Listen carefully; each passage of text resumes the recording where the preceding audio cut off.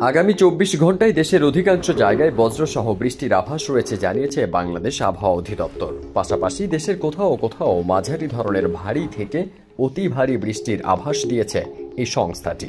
গত 25 সেপ্টেম্বর বাংলাদেশ আবহাওয়া অধিদপ্তরের দেওয়া আবহাওয়ার পূর্বাভাস থেকে এ তথ্য জানানো হয়। আবহাওয়া অফিস জানায়, আগামী 24 ঘন্টায় রংপুর, রাজশাহী, ঢাকা, ময়মনসিংহ, খুলনা, বরিশাল, চট্টগ্রাম ও সিলেট বিভাগের অধিকাংশ জায়গায় অস্থায়ীভাবে দমকা হাওয়া সহ হালকা থেকে মাঝারি ধরনের বৃষ্টি বা বজ্রসহ বৃষ্টি হতে পারে। সেই সঙ্গে দেশের কোথাও কোথাও মাঝারি ধরনের ভারী থেকে অতি ভারী বর্ষণ হতে পারে। সারা দেশে দিন এবং রাতের তাপমাত্রা প্রায় অপরিবর্তিত থাকতে পারে।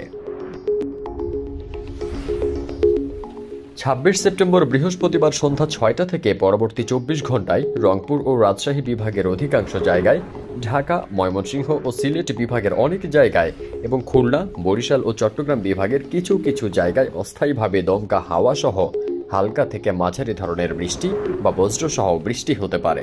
সেই সাথে দেশের কোথাও কোথাও মাঝারি ধরনের ভারী থেকে ভারী বর্ষণ হতে পারে। সারা দেশে দিনের তাপমাত্রা 1 থেকে 3 ডিগ্রি বৃদ্ধি পেতে পারে এবং রাতের তাপমাত্রা প্রায় অপরিবর্তিত থাকতে পারে।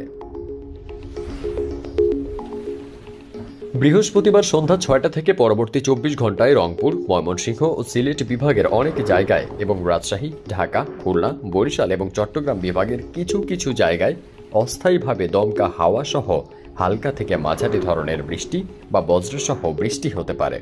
সেই সঙ্গে দেশের কোথাও কোথাও মাঝারি ধরনের ভারী থেকে ভারী বর্ষণ হতে পারে। সারা দেশে দিন এবং রাতের তাপমাত্রা সামান্য বৃদ্ধি পেতে পারে। আগামী 5 দিনের শেষের দিকে বৃষ্টিপাতের প্রবণতা বৃদ্ধি পেতে পারে। ফারদিন সানি, দেশ রূপান্তর।